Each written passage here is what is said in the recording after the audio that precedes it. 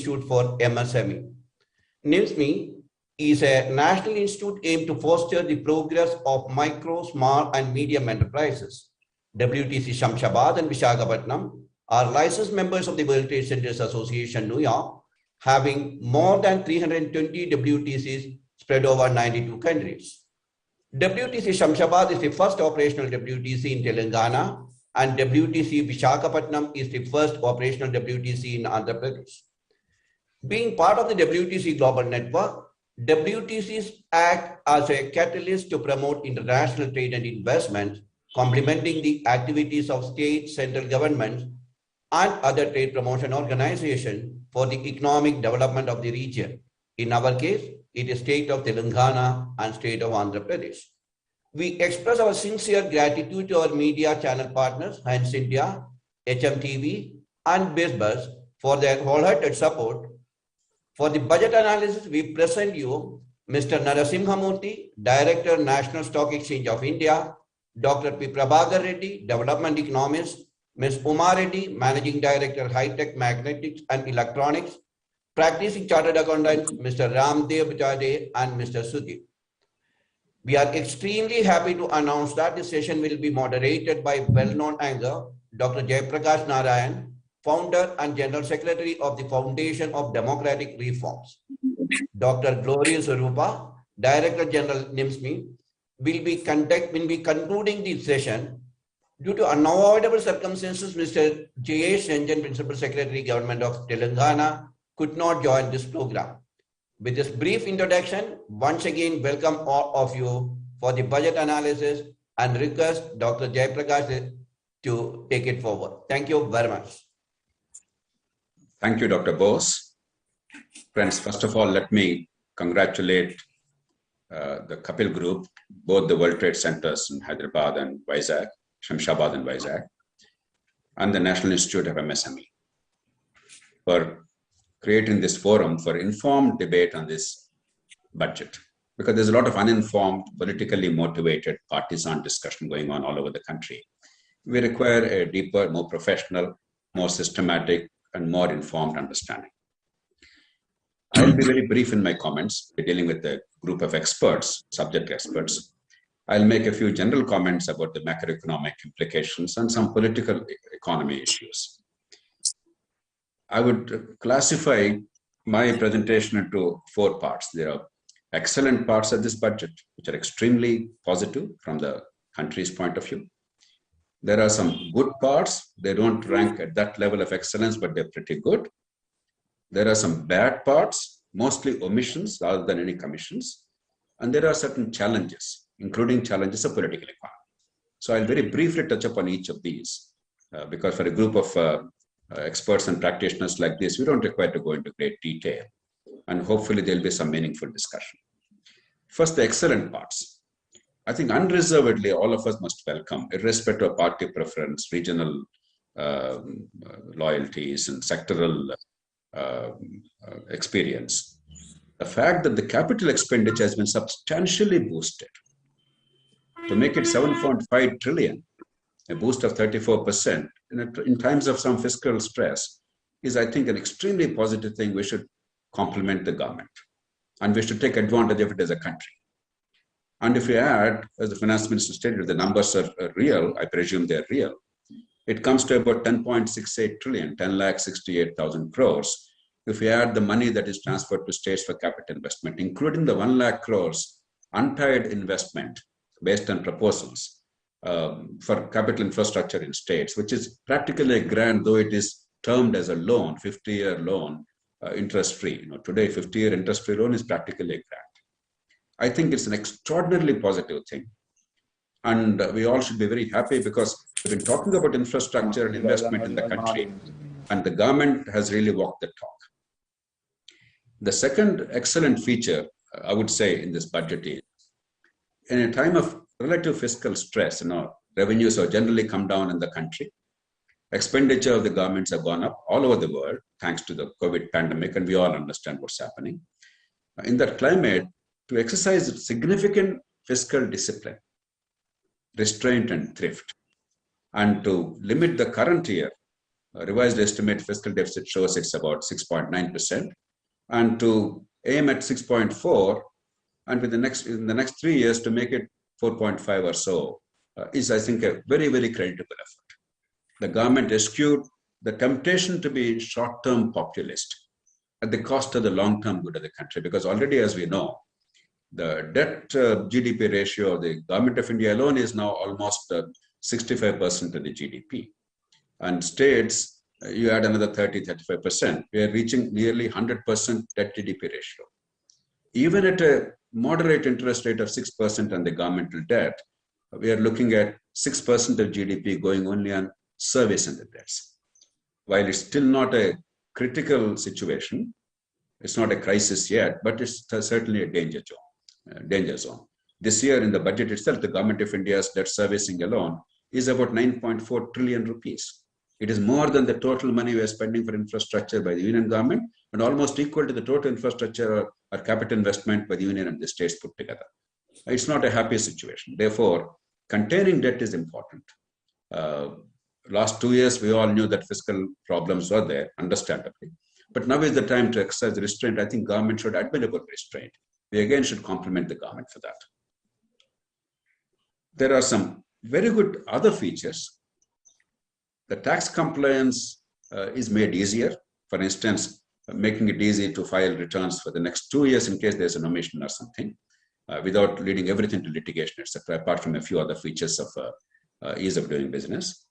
The focus on climate change. For far too long, quite rightly, we argued that we are not contributing to a lot of greenhouse gases, and per capita emissions are very low, and therefore it's not our burden. But that stage is past. We like it or not, after the Glasgow conference, all of us now must take charge.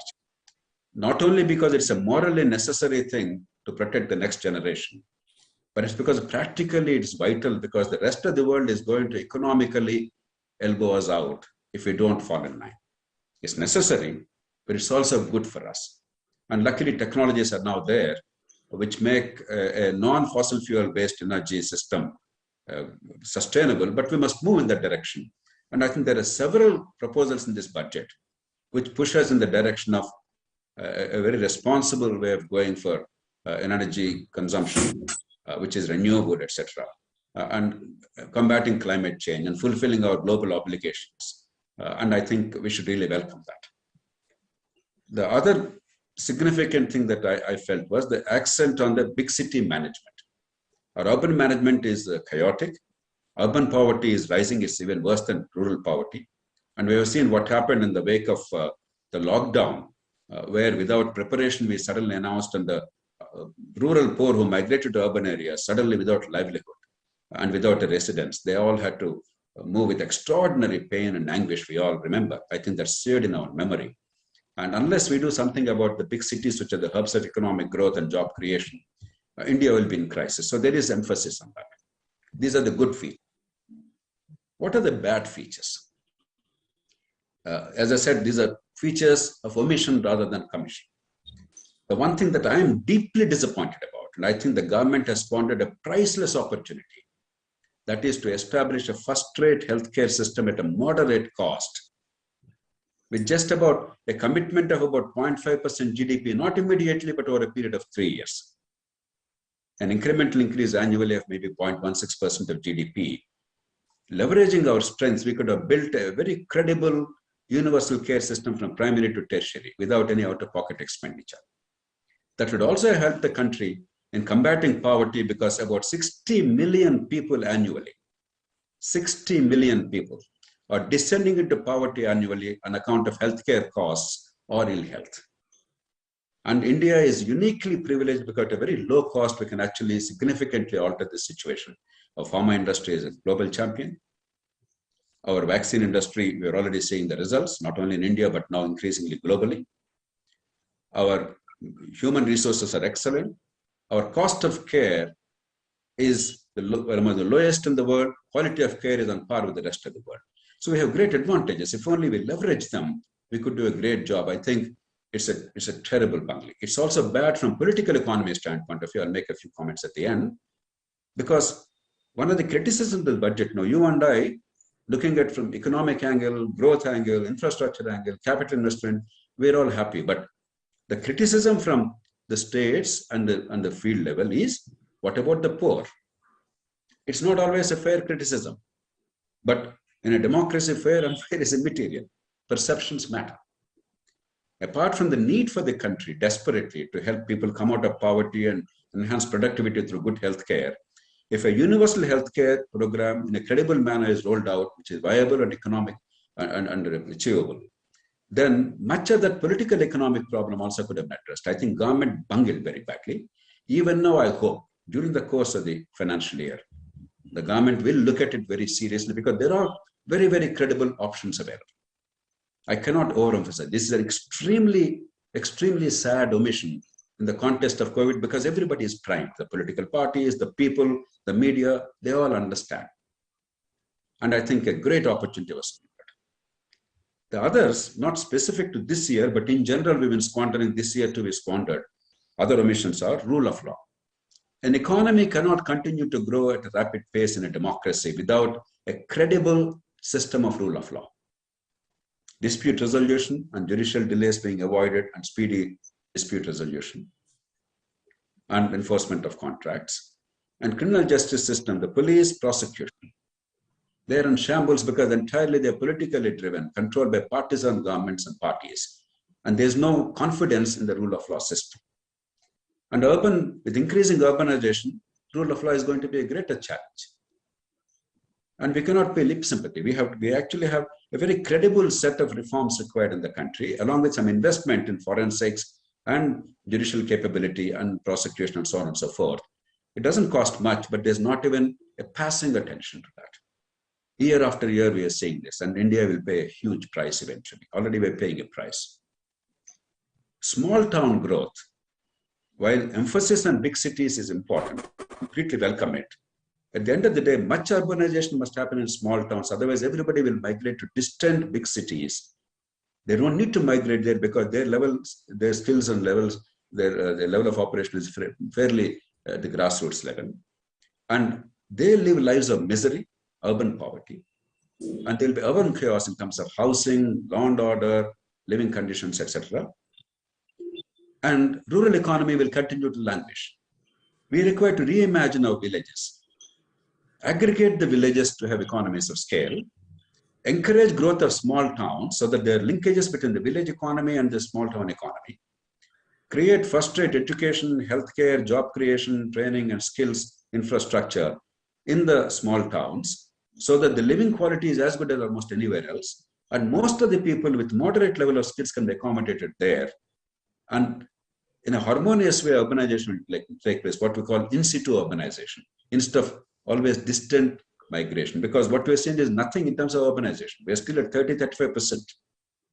We're required to go up to 50, 60, 70% in the next 20 years or so. Phenomenal urbanization is going to take place. If we don't have imagination about the way of urbanization, if we leave it to serendipity, then it will be a disaster in the making. Already we see evidence of that. Let me come to the challenges. I'll just list them and conclude. The first is the privatization. This government's commitment and this clear articulation that government must fulfill its role primarily, not run businesses, is very welcome, long overdue. But obviously there are problems. Made a lot of criticism, quite rightly, about the target of 1.75 trillion rupees to be collected in terms of privatization, but actually it's only about 8 or 9% of that.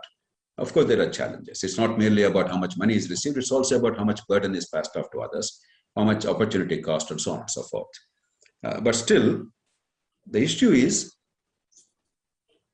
we have to reshape the debate. It's not merely about privatization or public sector versus private sector. It's about rediscovering the original purpose of government. And I think unless that language is used, because the government is failing in rule of law, basic infrastructure, amenities like stormwater drainage, sewerage, water supply, and so on and so forth. And of course, quality education, quality health. And the government that fails in these has no business to squander its resources elsewhere. And because we're failing in these, we are now offering freebies. That brings me to the second question. The freebie culture, particularly in states where Government of India has eschewed the temptation to indulge in profligacy, has exercised admirable fiscal restraint. We all know what's happening in states. Our own Telugu states are a great example, Telangana and Andhra Pradesh. Without being political, now almost every rupee is spent on attracting the voters with short-term inducements. Apart from electoral malpractices of vote buying, the short-term freebies at the cost of the long-term good and at the cost of the government's primary role. And I think that must be addressed, and there is no attempt to look at that seriously. One thing that could have been done, and even now we should consider that, just as we have FRBM Act to ensure that the fiscal deficits don't go out of control both at the union level and state level, I think a time has come, because there's no point giving speeches to parties. It's beyond that. If a party says, no, I will not offer freebies, they will lose the election hands down in the states. Therefore, we must think of putting a cap on the unproductive subsidies, consumption subsidies. Let them have whatever they want. But just like FRBM imposes a cap on the fiscal deficit, let there be a cap on the freebies, the unproductive subsidies. It can be a share of GDP, a share of the budget expenditure. We can go into details. An expert committee can go into details. And if a legislation is enacted at the national level, just like FRBM Act, that is the only short-term remedy. Long-term, there are good remedies, but in the long term, we are all dead. So we have to figure out a solution, because state after state, we are indulging in extreme populism, short-term populism, without regard to the economic growth and ending poverty and improving education, healthcare, rule of law, and infrastructure. It is detrimental to the country. We are condemning ourselves to backwardness. And this is not merely, you can't leave it as a state's problem, because states cannot address it in the political economy we have. Just as the FRBM Act did not leave fiscal deficits to states, this law is now necessary in my judgment. And I think the debate has to start, and people like you must look at that, generate a debate, and then come up with innovative and creative ideas. Agriculture, the government made some genuine efforts through those 3 laws, and we have all seen the political opposition. Again, we see what is right, it attracts sometimes political opposition. How to package it, how to sequence it, how to build consensus. Because even those 3 laws, even if they are not withdrawn, actually 2 of the laws, it doesn't matter they withdrawn or not, Essential Commodities Act, if the government exercises self-restraint in keeping with this policy, the law is not necessary. Contract forming, actually a law will help, but it's not necessary. The only deficiency, only loss we suffered on account of withdrawal of these laws is the 3rd one, namely the agricultural market committees. Their monopoly cannot be removed unless the states are not willing. Let it wait, there's no harm. But much more needs to be done in agriculture. For instance, can we create storage capacity for non-perishable commodities to start with, and then create pledge loans, credit, because the stock is there, so that the farmer is not compelled to indulge in distress sale? How do you encourage value addition very quickly, so that the farmer gets a significant share of the end user price by compressing the market chain, and we get a significant share of the global market? Somehow, because of the political economic problems and the reverses suffered by the government on account of agricultural laws, I think there's not even a direction shown. I think we must now restart the debate in a manner which is consensual, which is very pragmatic. And finally, whatever we do, state capacity is critical. It's good that we have 10.68 trillion rupees to be spent on infrastructure, capital investment. It's good that we think of many things, but ultimately, Indian state is extremely ineffective in delivery. The state is effective only where you generate the impulse for the private sector to compete, to have economic freedom, to give choice. Therefore, the animal instincts, as economists call. Therefore, the tendency to excel, to improve, and to compete, and to gain market share, that is working. Where the government has to proactively act, only in rare instances, in mission mode activities, where special efforts are made to improve the way we deliver things like national highways, like vaccine delivery, like something else. Only they are working, but otherwise, in general, the government has become very ineffective. Therefore, improving the state capacity and transforming the nature of the public services and the civil services, while it's not directly a budget-related issue, it cannot be ignored any longer. I think all of us should focus on that if we care for the future of India, economic future, social future, and political future. But all in all, while more could have been done, I think considering the circumstances in terms of the capital investment and the fiscal management, this budget certainly surpassed our expectations. To that extent, kudos to the government and the finance minister, but a lot more needs to be done. And we have to sustain this path for the next 20 years to really be where China is today.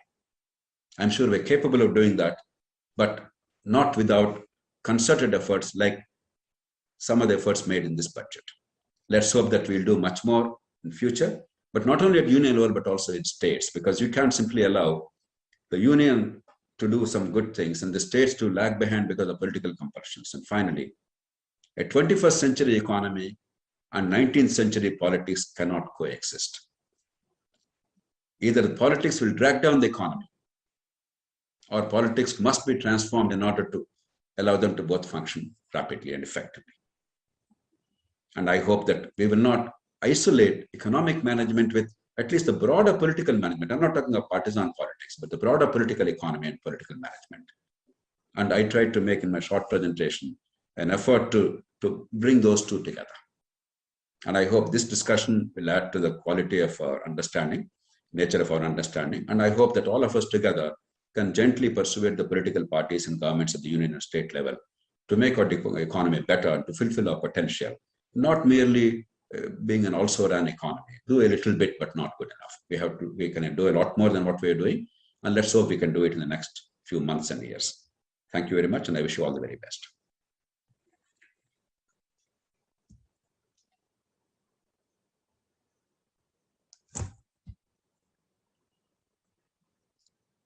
Hello? Dr. Bose, I think you are muted. Yeah. Thanks, sir. Will you be moderating or can I call like the other faculty? Please go ahead. Please go ahead. Yeah, okay. Now, thank you very much for your presentation, sir. Now, may I request Mr. Narasimhamurthy, please, just to share his views.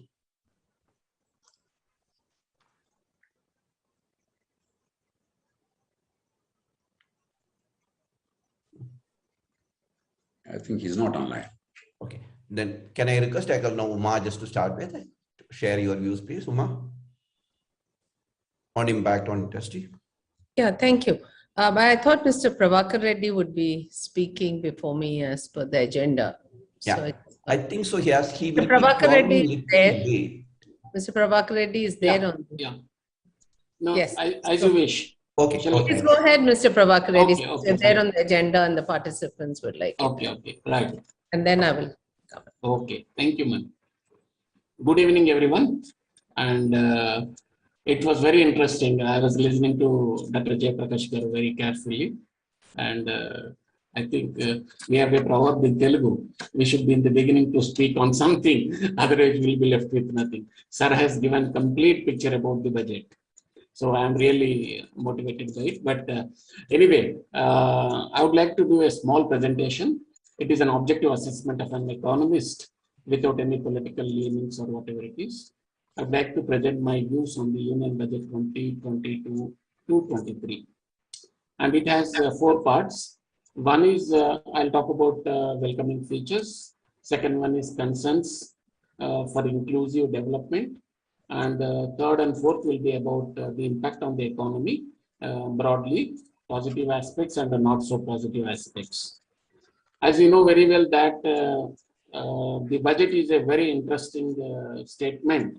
Our budget is a very interesting policy document that has been presented by Honorable Finance Minister Nirmala Sitharaman garu yesterday. And it has really created, provoked many people. And it has positivities as well as not so positive aspects, as I told you. And basically, it is a growth-oriented budget induced by reforms. And it is an attempt to accelerate growth with stability. As Sir has already told, one of the important aspects of the budget is that it is really very laudable. The capital expenditure is so much, and it has given a very big boost to the industry and other related sectors. And this particular capital expenditure, I'm sure, will create a lot of employment generation in the country. And as a result, we can experience growth and then I'm sure if everything goes well, there will be a kind of stability will continue in the coming years. So first one is growth with stability. This is an opportunity that has been made use of by the Government of India in presenting the budget, which is very important. And the second is that it has touched upon various aspects.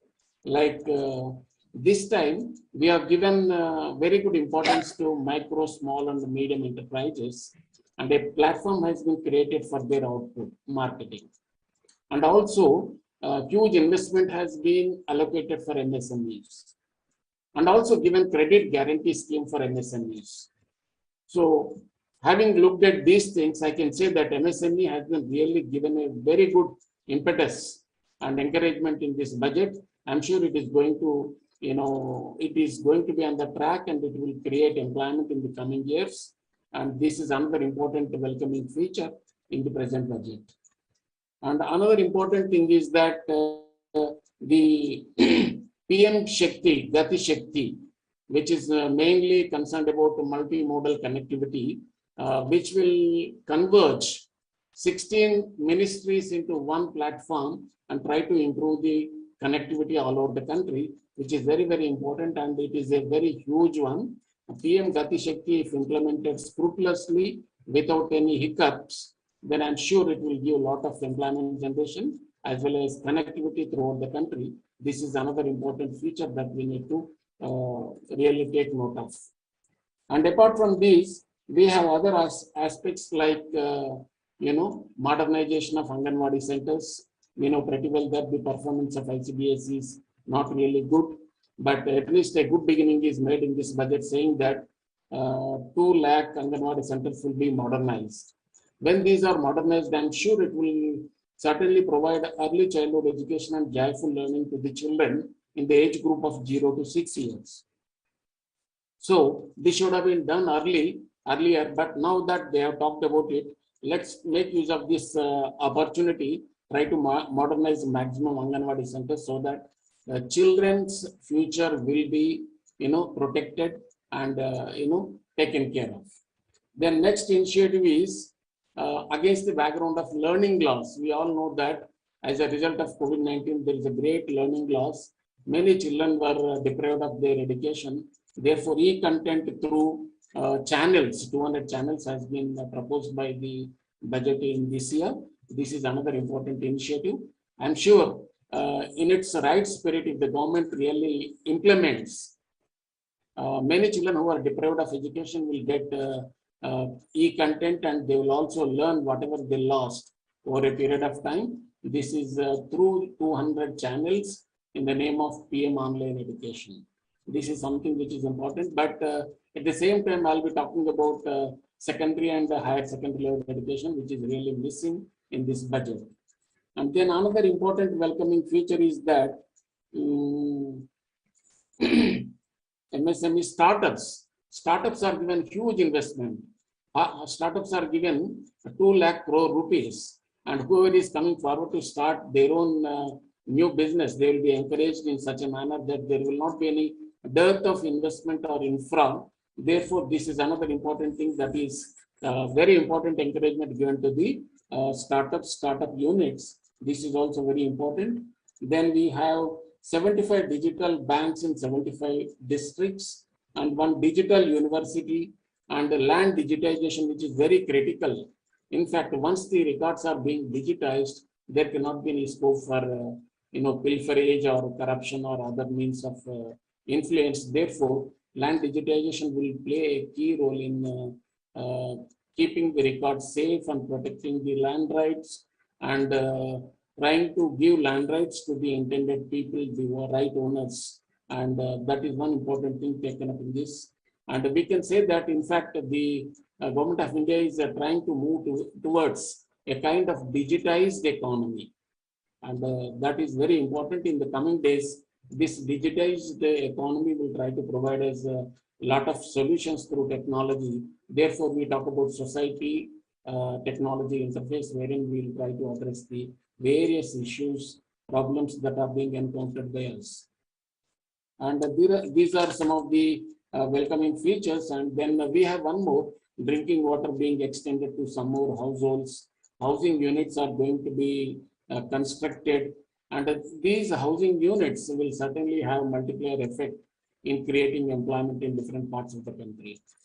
Just like our capital expenditure and the housing units creation will also improve the employment in different parts of the country. Ultimately, we can say that this is an attempt to look at the growth with stability, with employment creation, and so on.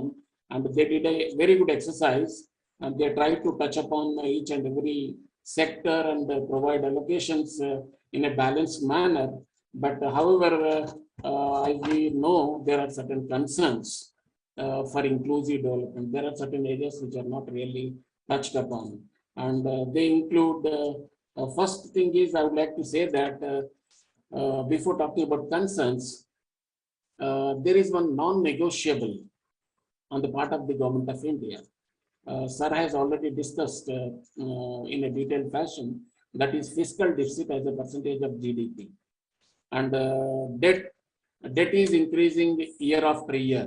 And the fiscal deficit as a percentage of GDP is 6.9 to 6.4. They say that they promise to decrease this year 6.4 to 6.4. And in next 3 years, it is going to be 4.5.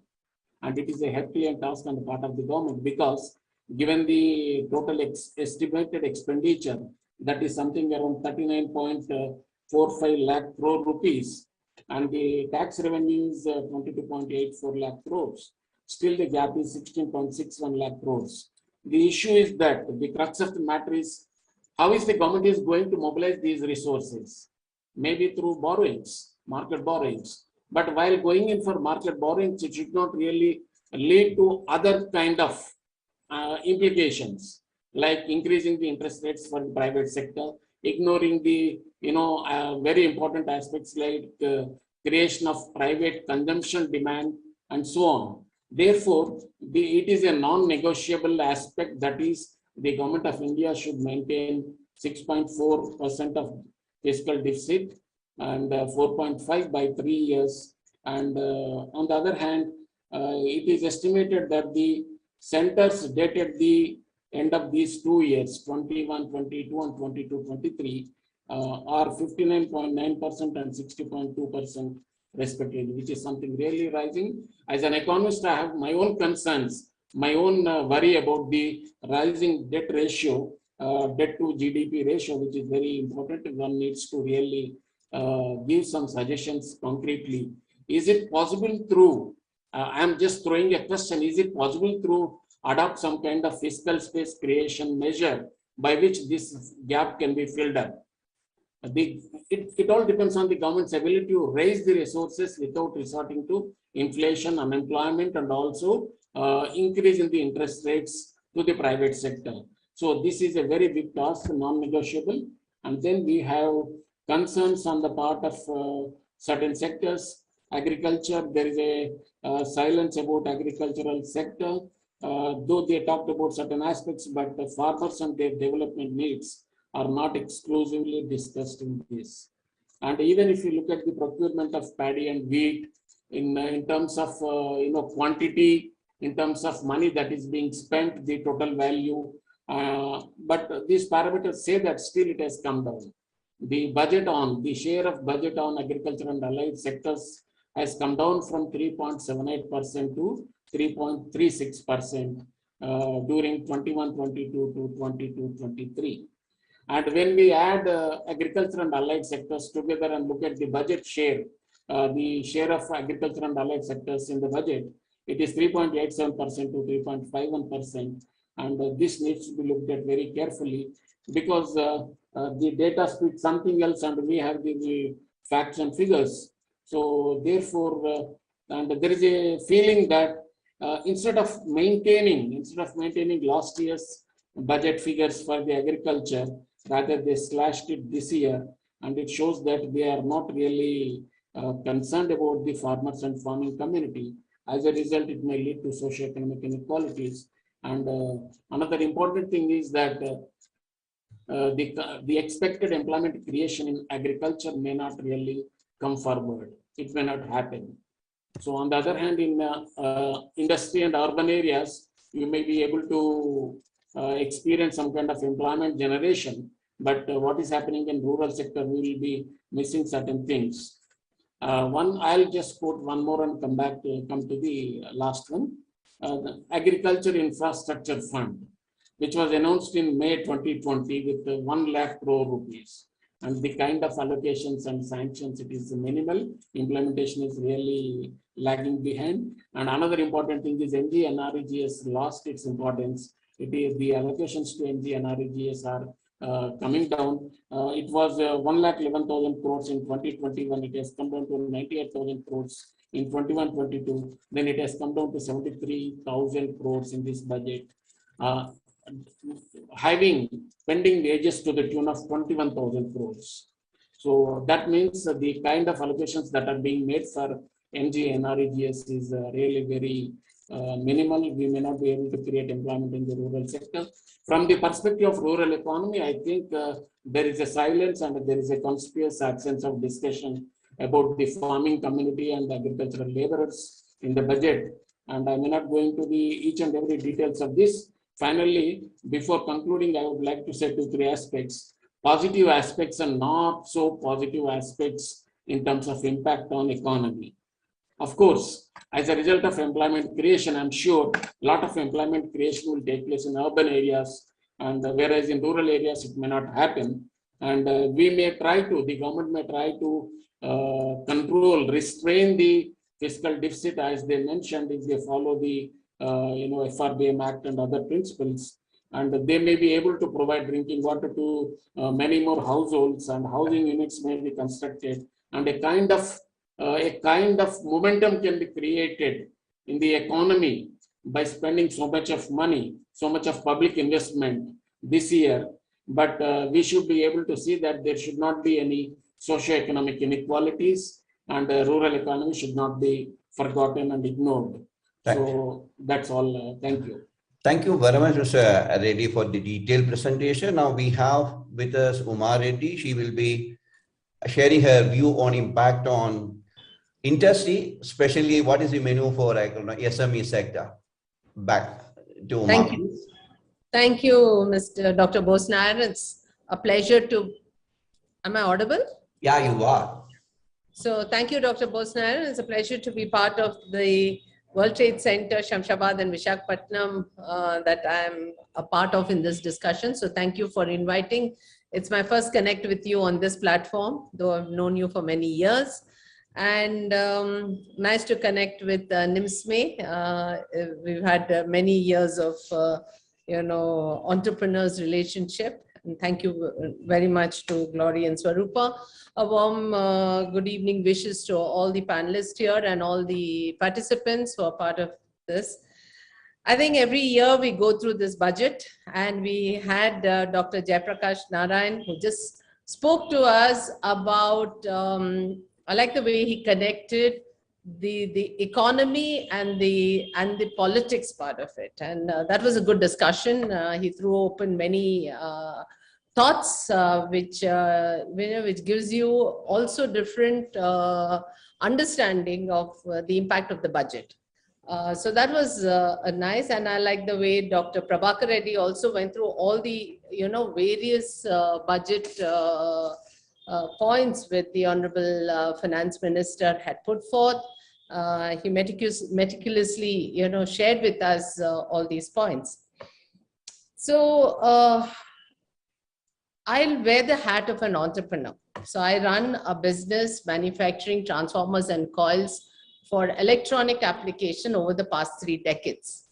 So what I discussed today is what I bring to the table, and in what way does it affect the larger number of MSMEs, the budget. Every year we have the budget. It comes to us, in the month of February. We look at it, with such detailed understanding, impact. And then within no time, we have a 12 months that goes past, and we have another budget that's there.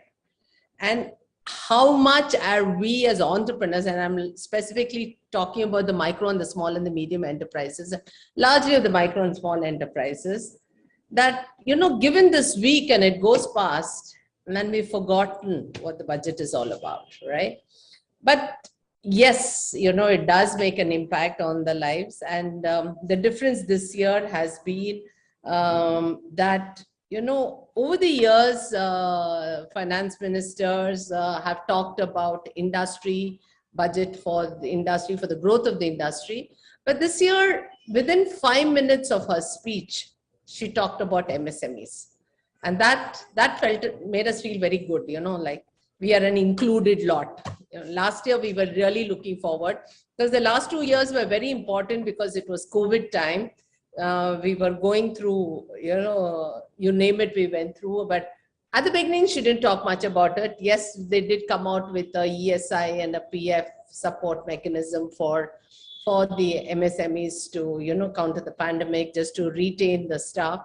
But this year, within 5 minutes of the budget speech, she talked about the trickle-down effect for the growth of the industry, reaching right down to the MSMEs.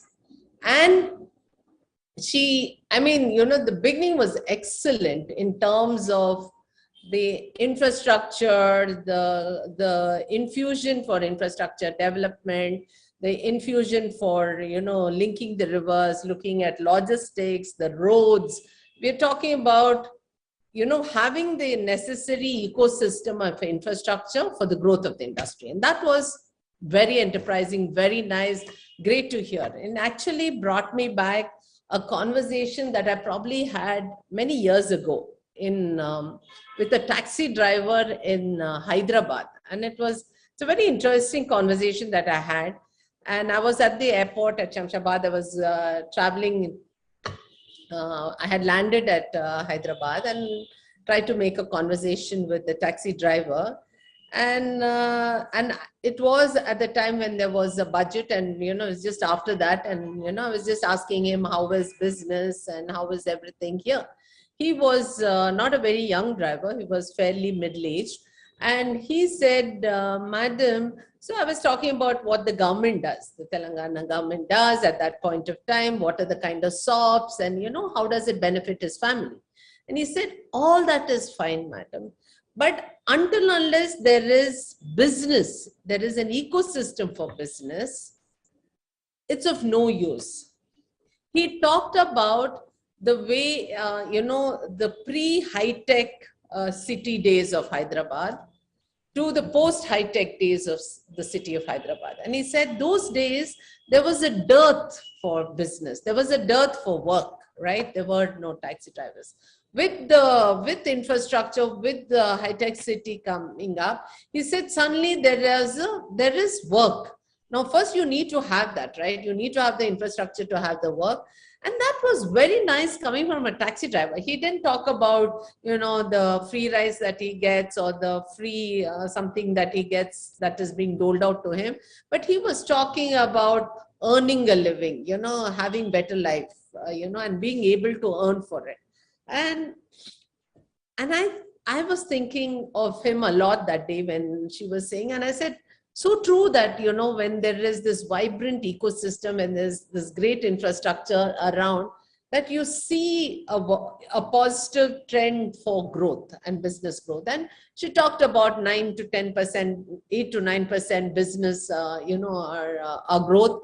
And that was definitely heartening for us as MSMEs.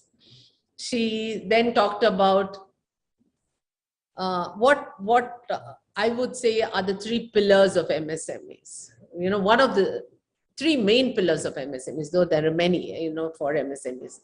The one thing she talked about was ease of doing business.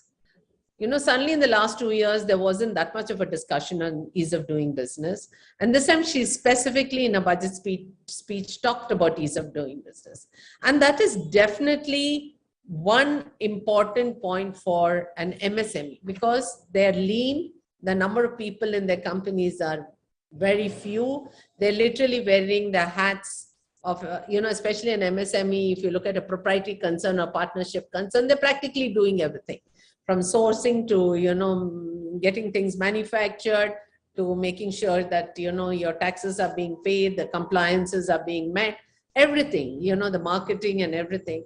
And so when there is an ease of doing business, and especially with a digitization happening, you know, that's definitely, that is what is interesting for an MSME. The second thing that she talked about in the 3 pillars are, she talked about the technology adoption, research and development, and skill development.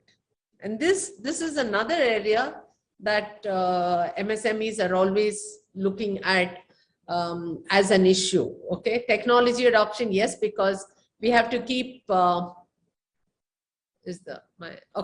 we need to keep growing, and you know, obsolescence levels are very high in technology, and if industry needs to grow, then you need to adopt technology. And she talked about R&D. So what the outlay is going to be, what the fine print is going to be, and what is the kind of support that's going to come trickle down to the MSMEs, I really don't know, but then that's a positive point. And then she talks about skill development, and she also talked about skill development with the industry, that industry can be grounds for training. And that's definitely something which the industry has been asking for, because we have our idle hours, most MSMEs, you know, there are days when we have, you know, full capacity, there are days when we're running on low capacity. If I can use that time to train people, and I'm actually getting, you know, an opportunity to get, you know, people trained at my premises with a link to the, you know, the tool room facilities or the training centers, that'll help me, because later I can always absorb them. So MSMEs would really appreciate. So that's the second area that, you know, which sounded good to MSMEs.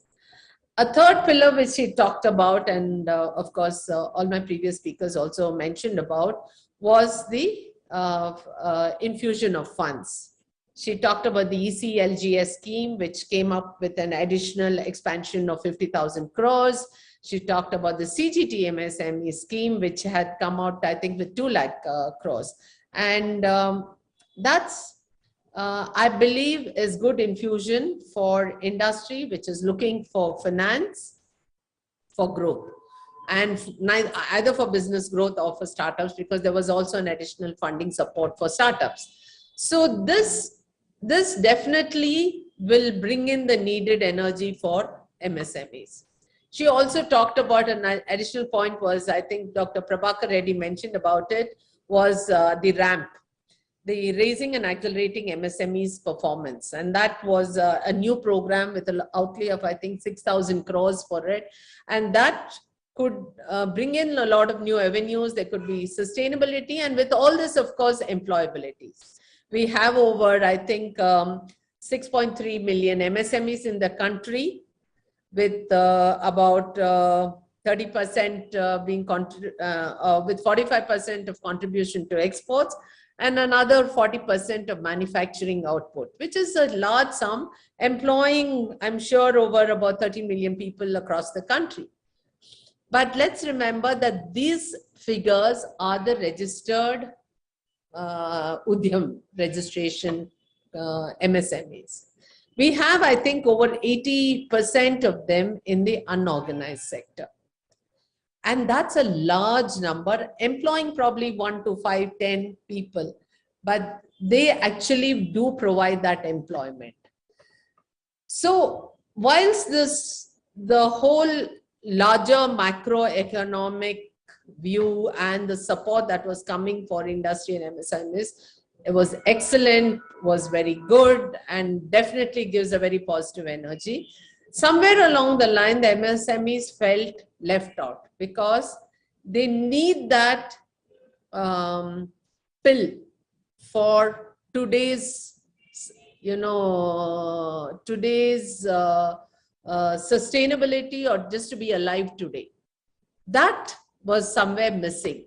The low-hanging fruits, or I know that there have been a lot of studies during the COVID, the pandemic period. We do know that there are a large number of MSMEs at the exit gate, not able to sustain themselves, yet need that pill to, you know, to come alive and move forward. And somewhere that has been missing. The only thing I can say about that is that we can only hope that just not the budget, but all the various ministries that are working, whether it's the Ministry of MSMEs, the Electronics, Ministry of IT and Electronics, which also came out with a large number of schemes. Electronic manufacturing has been given a boost in terms of wearable and audible devices. Of course, that's the numbers may be less. She also talked about the smart meters manufacturing within India. Electronic manufacturing definitely in focus, so which also provides a large number of employability within MSMEs, because electronics manufacturing does provide that. But of course, there is also need for technology adoption there. But having said that,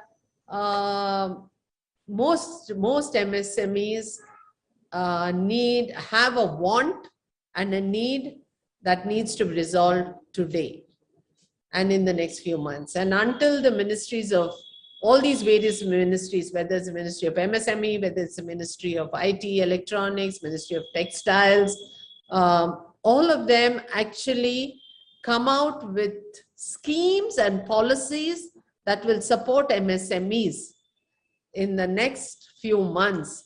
There can be, we know today we are with the Omicron, it's fairly manageable, but we really have no idea what we have in store. And any more kind of a lockdown or a curfew situation, thanks to the various mutations of the COVID virus, that can really wipe out MSMEs. And if we're really looking at MSMEs, the larger picture is great, but we really need something happening today. And I think with these few thoughts, I will wait to listen to the other speakers and then take some questions. Thank you so much, Dr. Bose. Thanks, Uma. Now, the participants who are having any questions, please post their queries into Q&A, please. Now, may I request Mr. Ramdev just to share his view on direct taxes, please? Yes. Thank you very much, sir. At the outset, I thank Kapil Group and the organizers for inviting me and making me part of these deliberations. So, for topic given to me is direct tax implications of the budget. Time allotted to me is 10 minutes. Please bear with me for 1 or 2 minutes extra if that happens. Actually, in budget, there is nothing relating to direct tax, but in finance bill, there are many changes, which I will take up first. What are the important changes which have been proposed? Then I will deal with some 2-3 aspects which would have been considered by the finance ministry while presenting finance bill.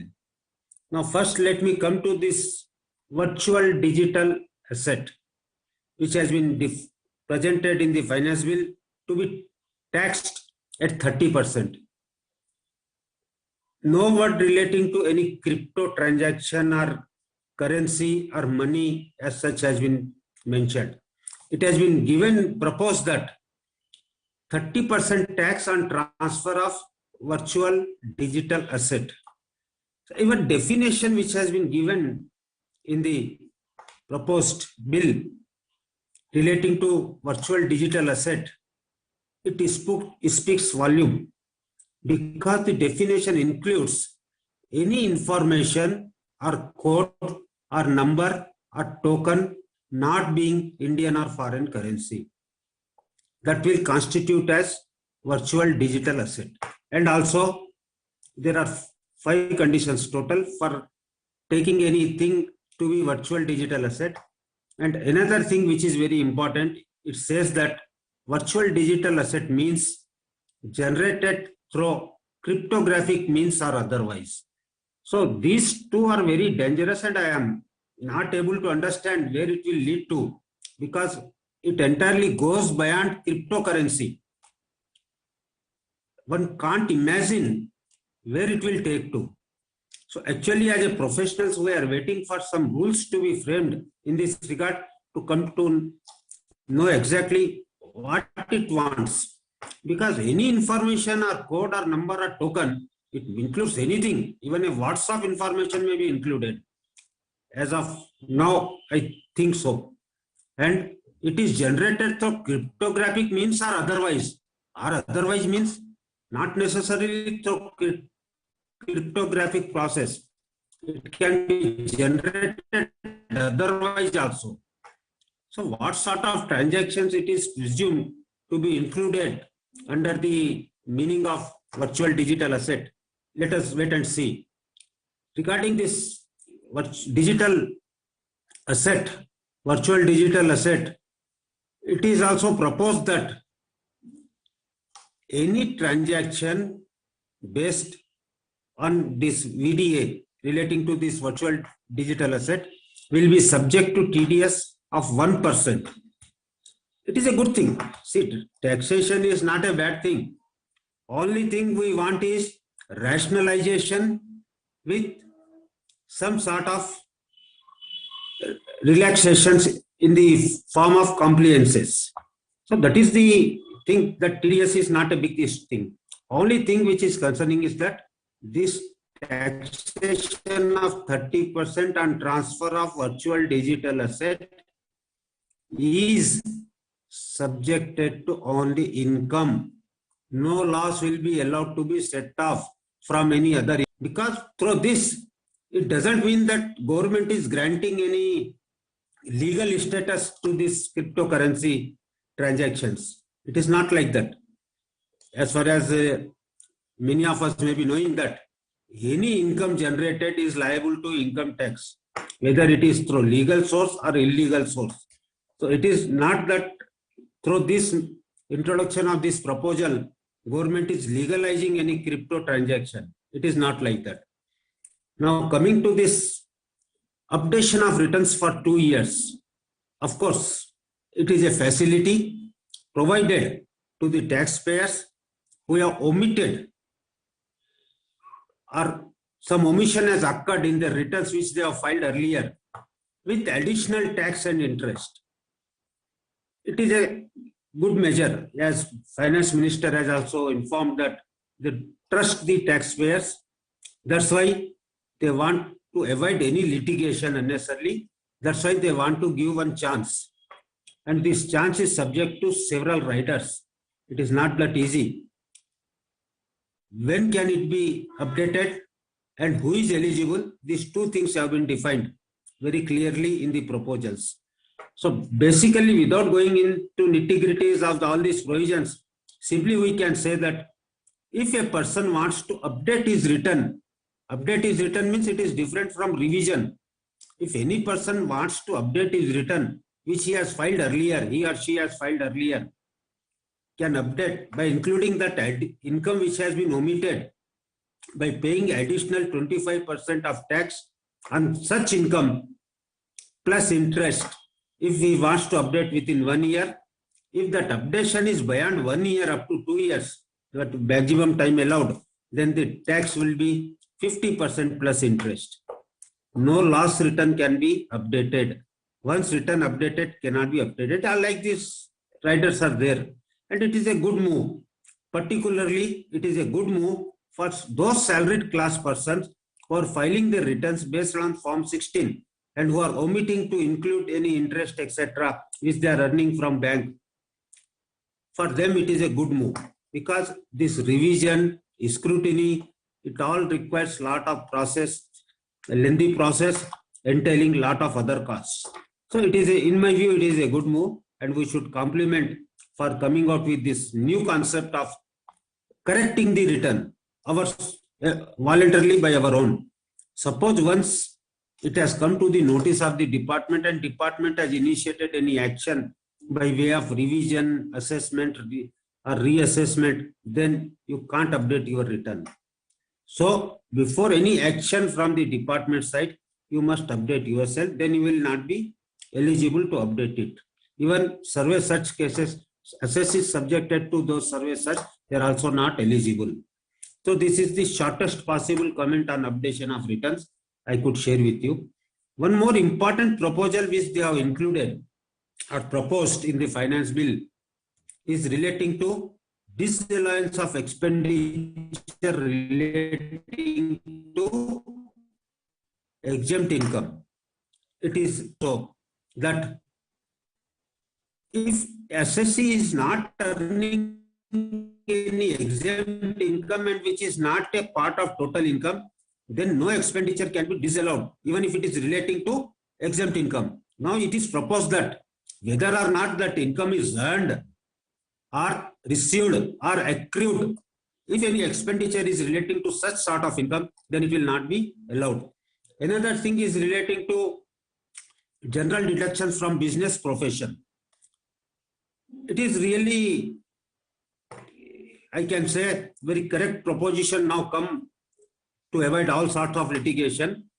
It is through way of amendment to Section 37 of Income Tax Act, which says that any expenditure which is an offense or prohibited by any law in force will not be allowed. It is there already. Now, what is proposed in addition to those disallowances for expenditure which is relating to offense or prohibited by any law, additional any expenditure which is relating to any violation of any rule or any regulation or any guideline. Through this proposal, if it takes shape of the act, the problem relating to freebies being distributed to doctors by pharma companies, that will come into picture. Really.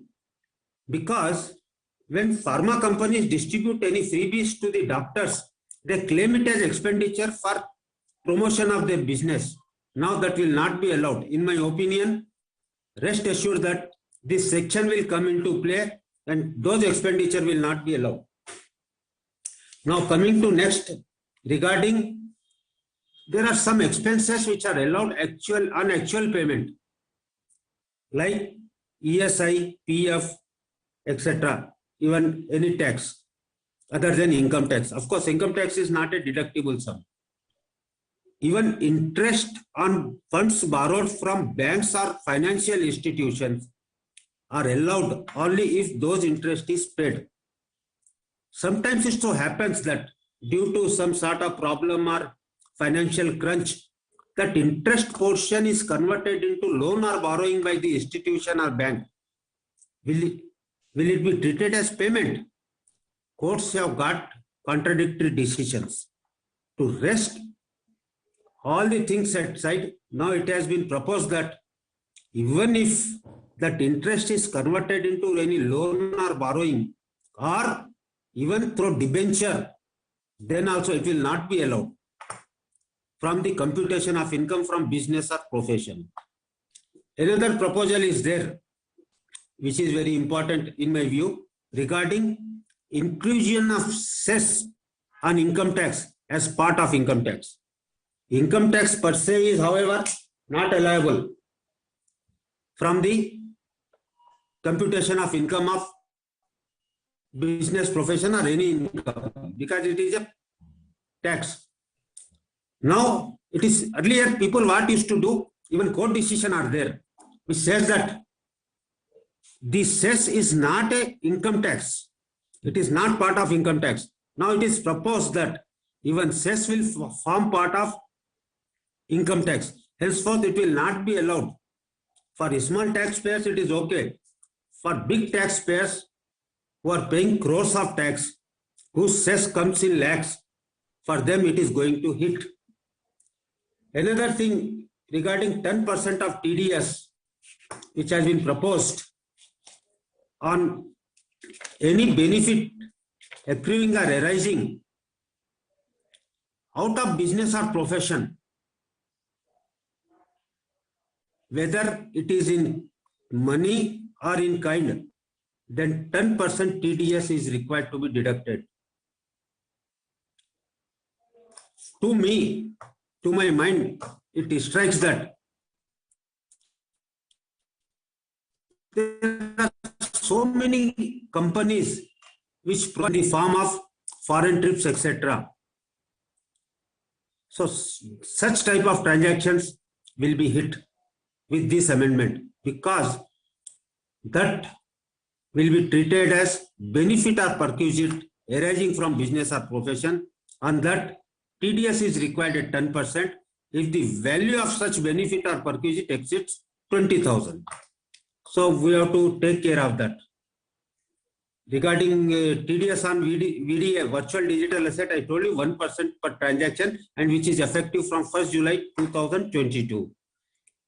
These are the important changes from trade industry point of view, which are going to be affected, other than procedural things relating to faceless assessment, which I am not going to deal now. Within shortest possible time, it is not possible. Only 3-4 things on which I was expecting, and it would have been done by the finance minister, which has not been done, which disappoints general taxpayer. A common taxpayer is being disappointed from the finance bill on these counts. First, regarding enhancement of standard deduction to salaried employees, because salaried employees are not having benefit of deducting anything which they are incurring for earning that income. So the only deduction available to them is standard deduction, which is at present 50,000.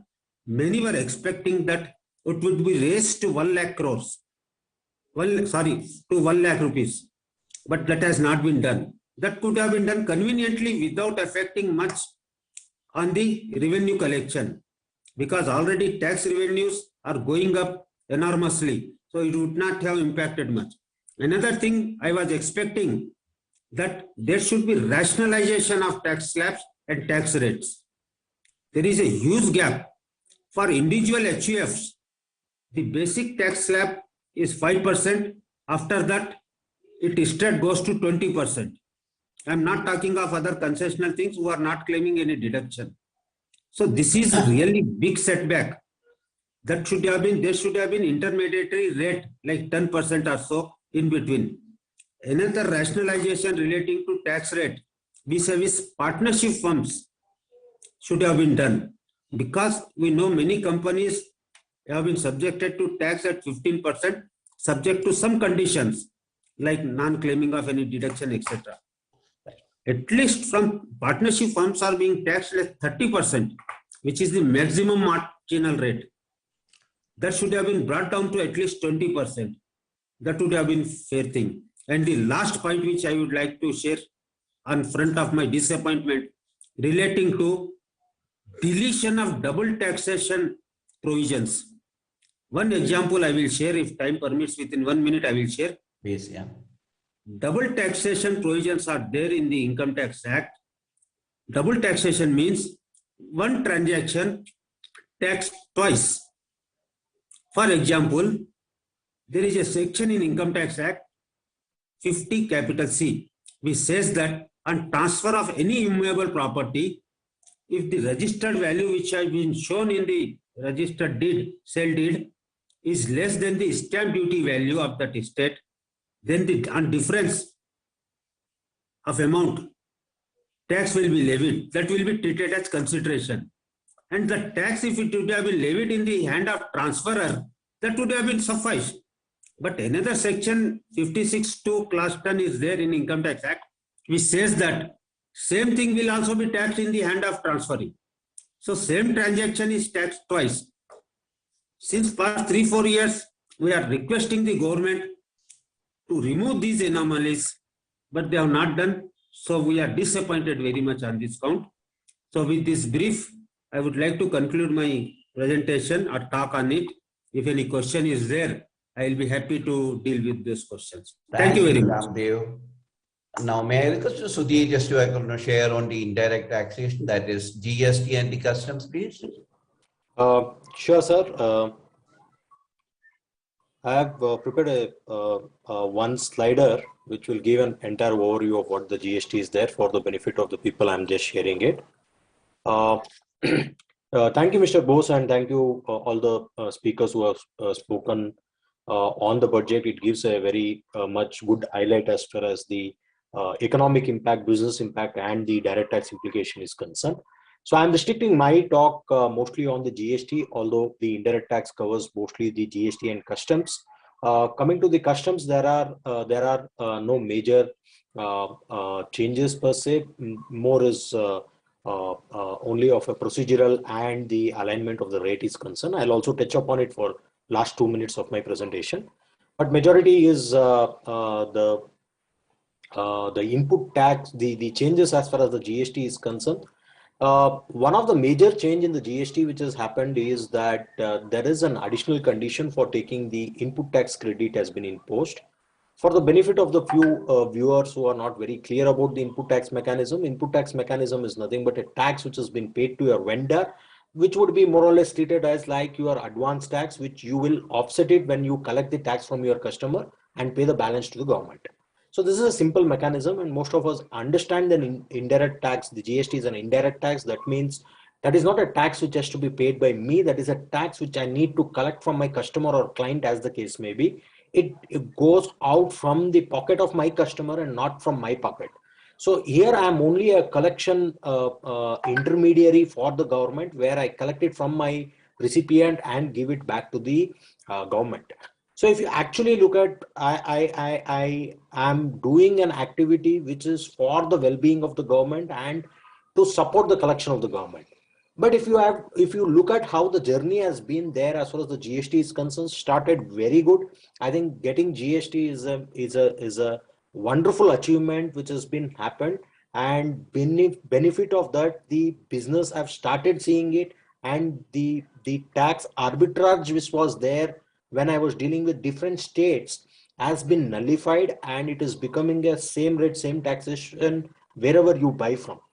So having said all the very good advantages concerned, the only things which is bothering every businessman today is the methodology of implementation or the administration of the tax provision is concerned. The majority is coming to this input tax deduction. The government has been very, very clear saying that I am going to give you a credit, that is, I am going to give you to take an offset of the tax which you have paid to vendor, only subject to that has reached to me. If it has not reached to me, don't ask that set off. From a government point of view, it's very good. From a business point of view, if you look at, my core focus is to enhance the business, give the value to my customer, innovate, grow, increase the contribution, increase the employment, generate more economic growth is something which is going to be the main contribution of a business. A collection intermediary is just an incidental in my business. But the things which has been laid on by the government on the taxpayer is enhancing day by day. Up to now, they were requiring us to ensure that my vendor has uploaded a return, and thereby I'll be eligible to take a credit.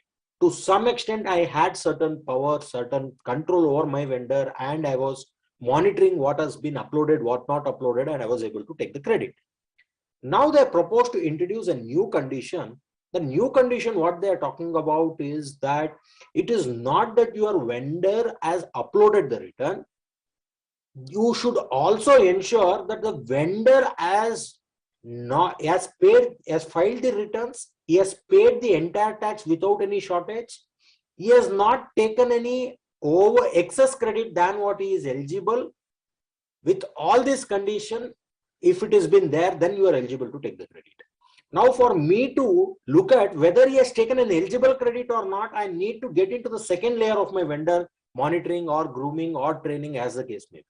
So the obligation or the responsibility which has been there on the tax payer has been tremendously increasing, and it has been intended to increase in this budget also. As against the powers, there is a draconian powers which has been given to the officers. It is good in the government, in the interest of the revenue, safeguarding the revenue. It is very, very good. I don't deny that. But whether the powers has been exercised by the officer judicially, the answer for that is mostly no. Although these powers were to be exercised only on those dealers who have done some fraudulent transaction, some bogus invoicing, or entered into some illegal activity where there is a loss to the revenue of the government, exercising these powers is a welcome move. But once the power has been given, the tax governing authorities are using this power even to bother the genuine taxpayer, which is not at all ease of doing business. Ease of doing business will not stop by giving a one single window clearance for starting your business. It is much beyond that, and you have to look at the challenge what the business person is facing today in terms of these challenges which is going to be there. So anyway, there is a new condition which has been imposed where you need to ensure that the input tax credit is not been denied because of the 3-4 activities which has been done by the vendor. The another important aspect which has been brought in is that there could be an intermediary that I would be taking a credit in this month, but I will get to know whether he has paid or not only in the next month. So there is a provision with this saying, okay, you can take the credit and next month you reverse it with the interest. And after that, when the vendor has been paid, you can take it back with the, take back the credit, but whatever the interest is there, it is going to the government.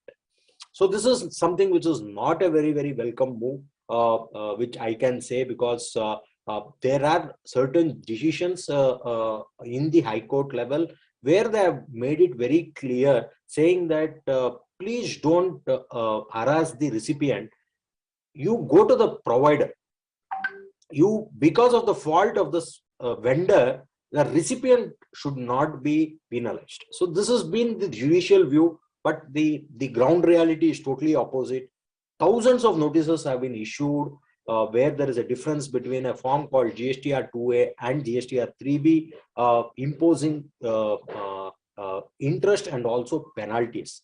So this is something which is going against, and it is being continuing it. The other changes which has happened, which is a welcome move, is that what is the last date for me to take this input tax credit? Presently, it is 20th October of next financial year. That has been enhanced to 20th of December of next financial year. Technically, it is November, but you file the returns by 20th. So you have that another 20 days of buffer. So 30th November, it has been enhanced. 2 months of extra benefit has been given for one to take the credit. At the same time, they have also enhanced the an opportunity to give a credit note in case of to your customer where there is a rejection, deficiency in provision service. You want to give them a discount and things like that. A credit note can be given, and the tax originally paid can be adjusted. For this, the time limit has been enhanced by 2 months. That is also been taken to 30th of November. Earlier, it was the due date for filing the September month of the next financial year, as the case may be. The other interesting amendment which has been brought here is an amendment to the provision of interest, which has been governed by Section 50. Here, they have taken a retrospective effect to impose an interest from an retrospective date from 1st of July 2017. Today, the law has been proposed. It gets enacted maybe another 8 months or whatever it becomes operative, but it will be with effective from 1st of July 2017. The attempt has been made by in this budget and previous budget also, various lacuna in the provision, error or whatever the drafting which is there, which is not in favor of the revenue's belief that it is how it should be there. Everything is getting rectified.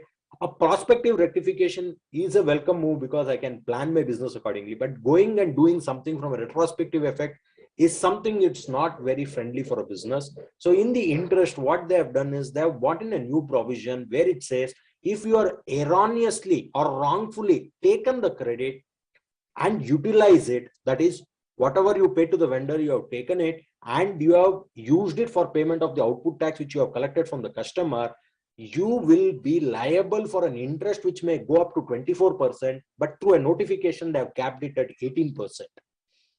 So this particular provision was not in existence earlier. Now they have brought it through a retrospective amendment. So a lot of people, because law is very young, I can say, although we have been near to 5 years, nearing 5 years, but 5 years for a new taxation which is going to change the dynamic is not a long period. It's still a short period. It's a baby step, I can say, and people are not very clear of the law, and they are not sure as to what they have to take the credit, what they cannot take the credit. And getting this sort of a provision from a retrospective effect, where you have taken something in a due belief that you are eligible to take the credit, officer says, no, it was not eligible, you reverse the credit, and interest for that was not applicable. Now it has been applicable from a retrospective effect date at a rate of 18%, is something, again, not a business friendly approach which has been taken in this particular budget. We have certain changes as far as the refund is concerned. There are certain changes, there are certain practices which was being followed by the department. When it comes to the GST, there are two things. One is the department interpretation in terms of the assessment, and they are passing the order. Second is there is something called as a common portal where the entire compliance has been made digitally through a website, which has been official website, gst.gov.in, which everybody has to log into this system to do their compliance. So there are certain restrictions which is not there in the law, but the portal is given a restriction. The portal has been designed which is not in concurrence with the law. One such case is that this one provision of something called as an electronic cash ledger. Electronic cash ledger is a simple wallet system. I load the money into the government's wallet, which is there in my credit, which I can use it for the payment of tax in any of the month. So that is a simple mechanism. How the law has been drafted, and it is there in books as on today, is that, say, for example, you make a remittance of 12 lakhs, but when you are uploading the returns on 20th, you get to know that the liability to be paid is only 10 lakhs and there's an excess of 2 lakhs. The moment you upload it on 20th, an auto refund of 2 lakhs should come to your account. That is how the law has been given. Wonderful mechanism. But however, in practicality, the 3B, when you are filing with an excess payment, there is no provision for you to claim that automatically. Automatic refund is not there.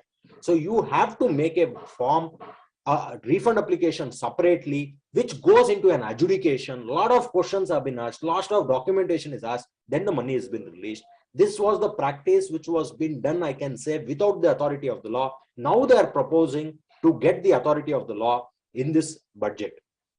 There are also certain revision of the time limits which has happened, where United Nations organization, its affiliated organization, consulates, foreign embassies. So these people, whatever the goods or services they procure, they are eligible for the refund of the GST paid on these expenses. They had a time limit of 6 months to claim the refund. That has been enhanced to 2 years now. There is some clarity which has been given. What is the due date, relevant date for claiming a refund when you are making a supplies to SEZ? So that is also been bought in this particular budget. Very interesting and a good move which has happened in this budget is an electronic cash ledger. So as I told, electronic cash ledger is nothing but a wallet of my money with the government. It's like your Paytm wallet or anything which has been there, but an official government. You make a remittance, the amount is laying in your cash ledger electronically, that is in the portal. So this can be used only to that particular registration. Now I am a company and I have having my manufacturing unit, one in Telangana, one in Andhra Pradesh, one in Karnataka. I am forced to take 3 different registration because I am governed under 3 different state jurisdiction. So there may be a possibility that I have overpaid the tax in Telangana, but there is a requirement to pay tax in Karnataka. So what today's scenario, I have to still go ahead and pay the Karnataka's tax, whichever is the shortfall, and I have to make a refund application with the officer of Telangana and go through the adjudication process, wait for 30 days or whatever, and take the money back. But there is a cash crunch which is happening, and that requires an extra cash infusion into the business. So considering this, there is a very, very good welcome move. What they have done is, if there is an excess which is laying in Telangana, which you want to put it to Karnataka, please do transfer it. No questions asked. You can transfer it to Karnataka. The only condition is that there should not be liability unpaid in Telangana. Then only you can transfer to Karnataka, which is a welcome move which has happened. There are certain changes which has been made as far as the returns due date is concerned. There is a category which is called as a non-taxable registered person, NRTP we call.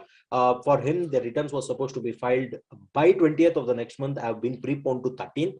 And they have also made something to do with the cancellation of a registration.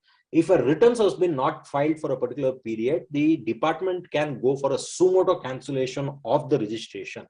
So there are 2 types of registered vendor. One is called as a composition dealer, who is a small time dealer, I don't even want to call him as an MSME. I want to call him as a small and micro entrepreneur who is doing a very short business. He is not required to maintain books of accounts, see how much input tax credit, output tax credit, nothing. He has to just pay 1% of the total turnover, and there ends the story.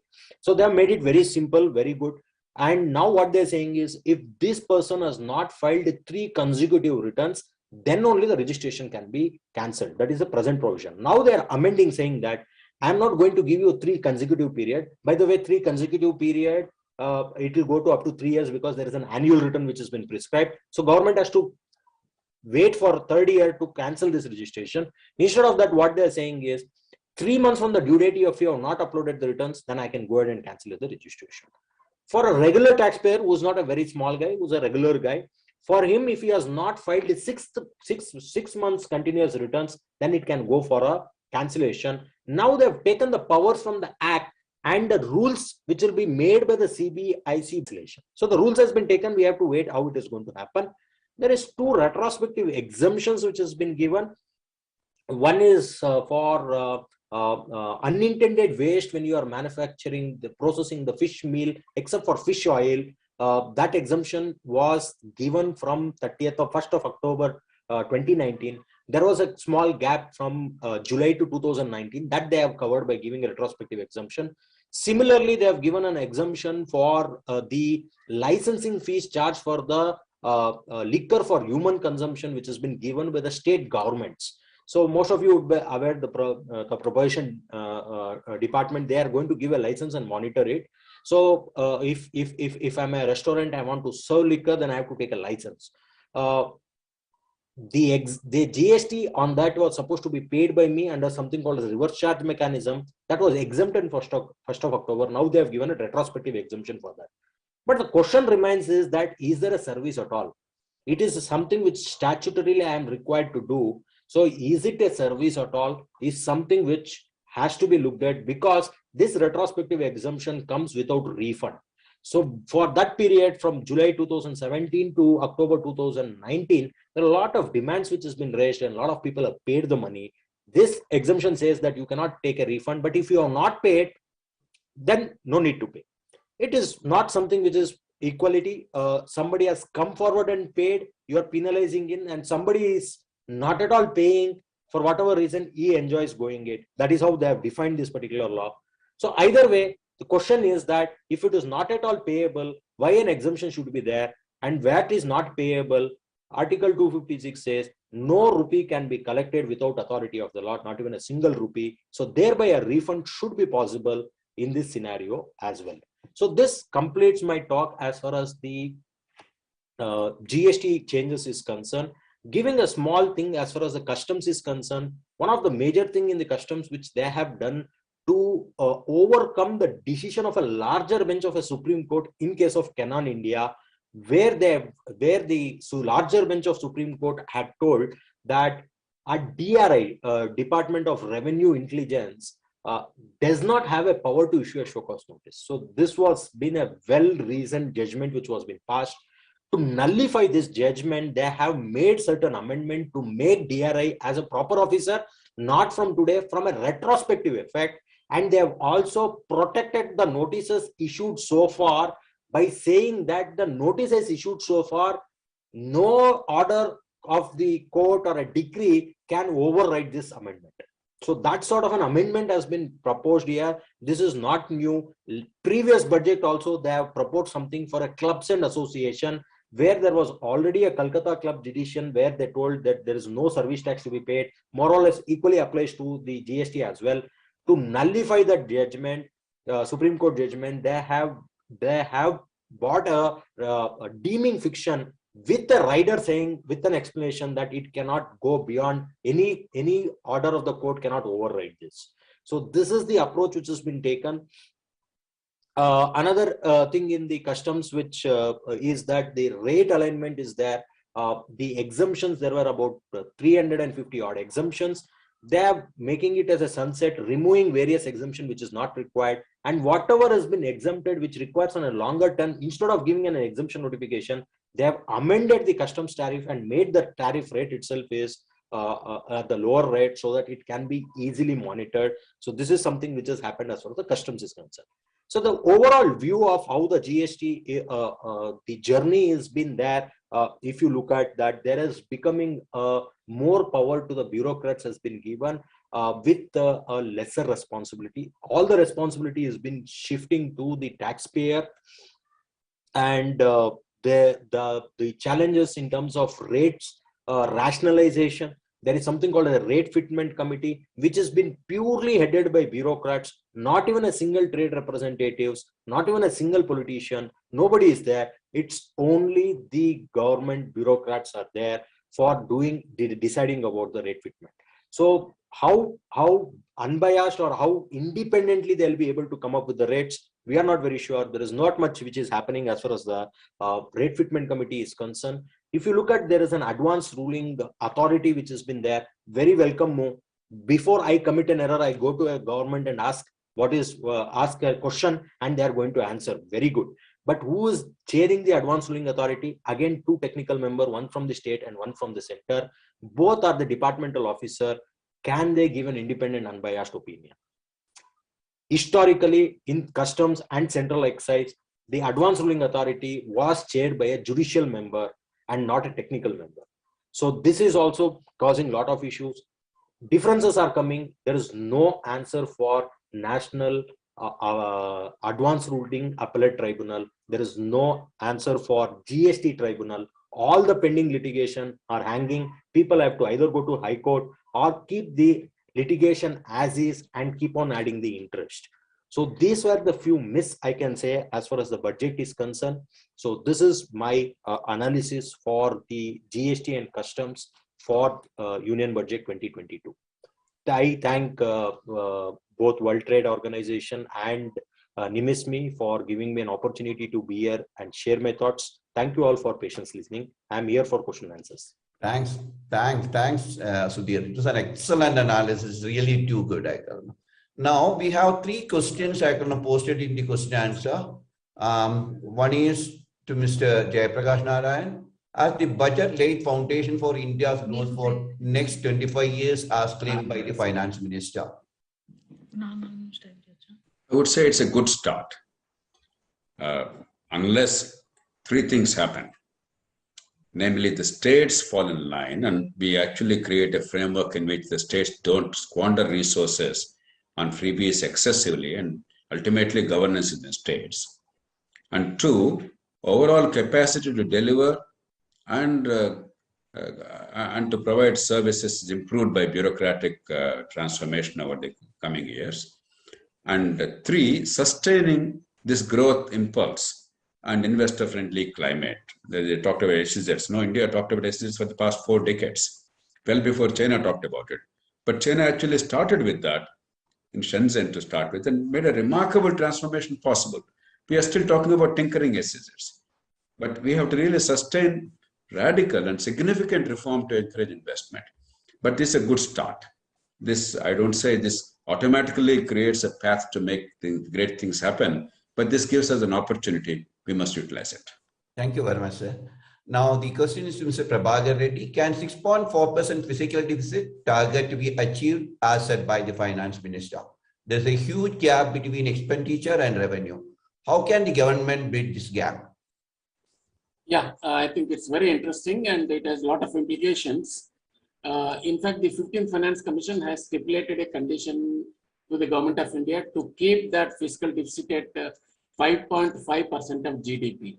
But whereas the Government of India in their budget made it as 6.4%. It all depends on the rate of consolidation in the coming years. In fact, the Finance Minister categorically mentioned in the budget that the rate of consolidation will be faster in the coming years. Therefore, they will be able to meet the deadline or target, whatever it is. And it will be much below the 4.5% target by 2025. That's what she said. I think it is possible. Where there is a commitment, there is a possibility.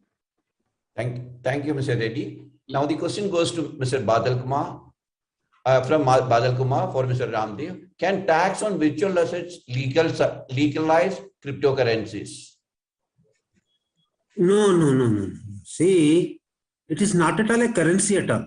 Currency means currency should be recognized by the government, like our Indian rupee from US dollars. So there is no status is being given. Tax is collected on the transaction. But that it doesn't mean that it has been legalized. So there is nothing like that banning or legalizing the cryptocurrency. And moreover, in the proposal which has been given in the finance bill, it doesn't talk of any cryptocurrency or like that. It simply says virtual digital asset. As in the definition which has been proposed, it covers any information, any code, any number, or any token done through cryptography or otherwise. So it goes far beyond cryptocurrency, whatever you are talking. So it is not restricted to cryptocurrency. That's why this tax is totally different on the transactions done out of context from the recognized exchanges or recognized currencies. Regarding granting of legality to the cryptocurrency transactions, not at all. It doesn't mean that any legal status is being given to the cryptocurrency transactions. Thank you. Due to some technical problems, Narasimha could not join this program. Now, may I request Mr. Bose, I have something to add for 1 minute on the crypto as far as the GST is concerned. This budget, they have given a clarity of income tax as to how to assess the income from this cryptocurrency. That has been given, but there is no clarity as to what happens to GST. See, you have to understand that it is only a profit which you are offering at 30%, but GST is on the entire value at 18%. So there are notices which has been issued across the country, and they are saying that every transaction of cryptocurrency, the GST is applicable at 18%. So this budget has not touched anything on that. So that is still a very, very open, big area, and a lot of disputes are expected on that. That's all from my side, Mr. Bose. Just one thing, Mr. Chairman. The last presentation on indirect taxes was very interesting and very specific. Would it be possible to share that presentation if there's anything available, Mr. Sure, sir. I'll send it across. I would appreciate that. Now you can get my email from the World Trade Center. Sure. And kindly share it. I'm not an expert in this subject, but it's always interesting to learn more. Yeah. I'll do that. Thank you. Thank you very much. Now, may I request the Director General Msmes, Gloria Sorupa, just to make her concluding remarks, please. Once again, very good evening to all the esteemed members of this webinar on post-budget analysis. So it was very refreshing and enlightening, I think, for all the participants, even for the panel members also.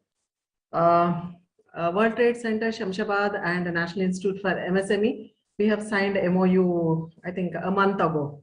And then we have planned that we should do something for the sector and, of course, for our nation also, who are involved in this entrepreneurship and business and industries. I'm very happy that we could do immediately after this budget session. Starting from Dr. Jayaprakash Narayan sir and all the eminent speakers and experts. Okay, they have shared their views, the pros, the cons, and the good part, the positive things, and also their personal as well as I think organizational and sector wise. All these views have been expressed. I think there is some good to take for MSMEs. And there is a lot of gap. I think that has to be bridged only by the government. Of course, some of the institutions are the practitioners, are the development oriented organizations, and of course individuals also as a responsible citizen. So we need to contribute. So there were a lot of things, especially related to the tax and related to the fiscal deficit and the growth. So a lot of things were being discussed. Being a Government of India organization under the Ministry of MSME, and rightly told by Ms. Uma Reddy, like, the growth, the economy largely depends on this MSME sector, and we being the executive capacity building institution for the Ministry of MSME, from my point of view, personally, I was excited for one thing regarding that digital university. I think this digital university definitely it paves the way for the MSMEs to embrace the future of smart technology. That's what we have been talking about, Industry 4.0. And most importantly, this digital economy or the digital currency, I think RBI is going to issue from 22-23 onwards. So how, we are going to take it as a nation. So that is my concern. So a lot of awareness has to be created. Last year, the very concern expressed from the Parliament House, we have taken up a study, a dipstick study to study the loans to MSMEs by financial institutions in India during this COVID time, during first wave and second wave. So we have reached to 5,000 MSMEs across the nation, and we could go to 121 branches of 11 public sector banks. There is a lot of gap, and during this COVID, everything was online, and it was so difficult for a micro entrepreneur to get into whatever was announced during last COVID as a financial package. The crisis package stimulus was given to MSMEs that could not reach to these entrepreneurs. There is a lot of gap. Even the banks acknowledged that, but only thing the banks contributed was to the registration of these entrepreneurs to the Udyam portal. So that's how today we have 60 lakh registrations, including the traders and vendors. They have incorporated, they have extended that. One good thing is that this Udyam registration has been now integrated with the eShram, NCS, and ASIM portals. I think all the MSMEs should take advantage of this. So this digital financial literacy is very much required for our MSMEs. Though in 2020 December, the then Honorable MSME Minister, he has launched the digital Saksham. Nothing has happened so far. Only in Maharashtra, some initiative has taken, because we are part of that digital Saksham and digital financial literacy awareness creation.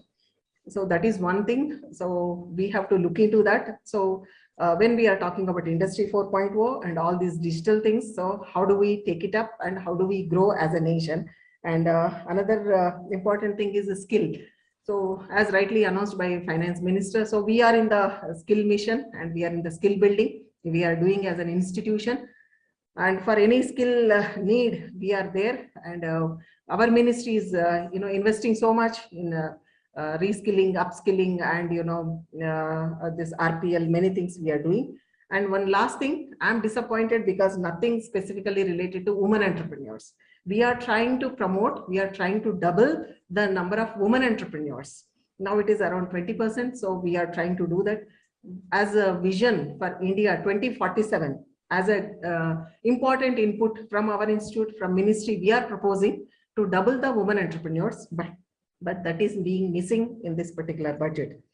So these are few thoughts. Actually, my time was given only for 3 minutes. I think we are already, overshoot because of other speakers and a lot of discussions. So we are welcome for any awareness program. And Ms. Uma also shared about the capacity building in industries. So we are ready to build the capacity of these industries. Further, how do they build, and handhold for training needs of the entrepreneurs. So with this, really we appreciate the efforts of WTC and all the speakers, coming, responding to our request and coming and sharing. I think this will definitely help all the MSMEs, individuals and organizations.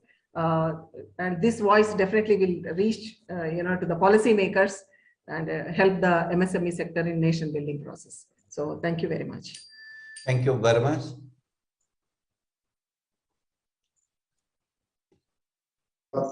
Dr. Bose, sir, I would like to propose the vote of thanks. Anyhow, The eminent speakers have given their very, very valuable inputs. And I'm very happy to share, very happy to share this platform. First of all, Dr. Jayaprakash Narayan was very vociferous in his observations about the budget 22-23, and his mention about the cap on the unproductive subsidies and freebies should be definitely seriously taken by the Ministry of Finance. And it was always pleasure to hear you, sir. Thank you very much. Any topic that is given, of course, economic, political, it's always like storytelling. Thank you very much, sir, for being part of this on behalf of WTC and National Institute for MSME. Shri Prabhakar Reddy Garu, development economist, who gave a very crystal clear picture about various sector allocations, including the MSME sector. Thank you, sir, for being part of this discussion. Madam Uma Reddy Garu rightly mentioned about the ecosystem in which the business operates and should be addressed. And very special mention she has rightly talked about, which Msmes has also a very good amount of interest about technology, skill development, research and development. Sri Ramdev Butuda, direct tax, gave his implications on direct tax, has given very good inputs about the direct tax implications, especially about the virtual currency and its taxation. Sri Sudhir Garu, chartered accountant, who has thrown a very good amount of information and light about the tax implications related to indirect taxes. Thank you very much, sir, for being part of this discussion. And finally, Dr. Bose, the President, WTC, Visakhapatnam, and of course, Shamshabad, for organizing this event. Thank you very much, sir. And finally, Dr. Glory Swarupa, Director General, ma'am, for giving very valuable closing remarks, and especially her concern about doubling the women entrepreneurs. Definitely, this has to be taken up by the policymakers very, very seriously. So thank you one and all. Thank you all the participants who have been patiently waiting, though it is more than nearly 2 hours. Thank you one and all. Thank you. Thank you very much. Thank you very much. Stay blessed. Thank you, sir. Thank you. Thank you. Recording